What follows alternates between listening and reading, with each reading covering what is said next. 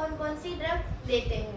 अब आज के टॉपिक में हम ये पढ़ेंगे कि डायबिटीज में कौन कौन सी ड्रग अवॉइड करते हैं। ये एक बहुत ही ज़रूरी टॉपिक है for medical student and for the medical MBBS practitioner and for the clinician. तो अब हम देखते हैं कि कौन कौन सी दवाइयाँ हमें अवॉइड करनी है।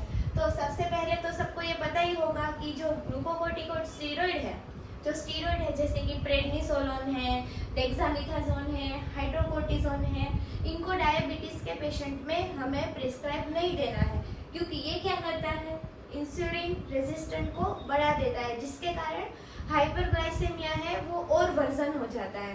तो डायबिटीज के पेशेंट में एक तो ग्लूकोकोर्टिकोइड नहीं देनी है, दूसरी है ओरल कॉन्ट्रासेप्टिव पिल्स। उसमें होता है हाई डोज ऑफ एस्ट्रोजन होता है, जो भी क्या करता है, इंसुलिन रेजिस्टेंस को बढ़ा देता है और वो हाइपरग्लाइसेमिया की इफेक्ट कर देता है।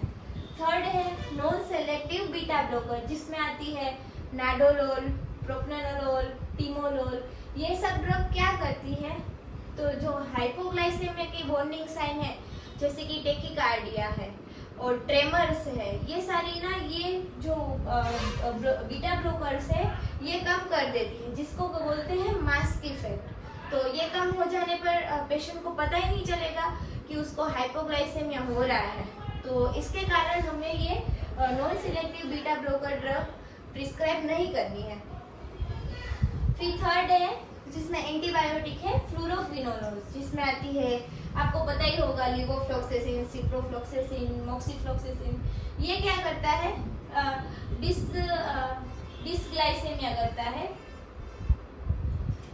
तो उसमें क्या होता है, हाइपो और हाइपर दोनों ग्लाइसेमिया कर सकता है, ठीक है। फिर थायराइड आएगा, थायराइड में कौन सी आएगी, हाइड्रोक्लोरोथायराइड, जिसमें क्या होगा, इंसुलिन रेजिस्टेंस ये बढ़ा देता है और हाइपोग्लाइसेमिया को वर्जन कर देता है। थर्ड है विटामिन B3। ये मैंने कॉमनली देखा है कि जो डॉक्टर्स है वो डायबिटीज के पेशेंट के साथ विटामिन B कॉम्प्लेक्स देते हैं, पर ये आप ध्यान रखिए कि ये B कॉम्प्लेक्स में जो B3 है उसमें जो नियासिन का हाई डोज अगर हो जाएगा तो पेशेंट को हाइपरग्लाइसेमिया हो सकता है। तो ये विटामिन B3 हमें प्रिस्क्राइब नहीं करनी है।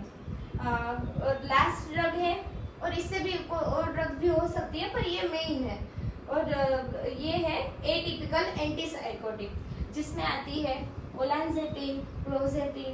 ये क्या करती है, ये भी इंसुलिन रेजिस्टेंट को बढ़ा देगी और पेशेंट का हाइपरग्लाइसेमिया बढ़ा देगी और वेट गेन भी करवाती है।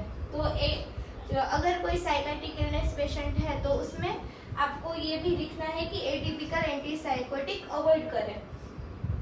तो आपको पता चल ही गया होगा कि ये सारी जो ड्रग्स है हमें कोई भी डायबिटीज के पेशेंट के प्रिस्क्राइब नहीं करनी है, ठीक है। और ऐसे ही आप कौन कौन सी ड्रग जानते हैं जो हमें अवॉइड करनी चाहिए, आप कमेंट सेक्शन में लिख सकते हैं। ऐसे ही वीडियोस के लिए मेरे चैनल को सब्सक्राइब करें।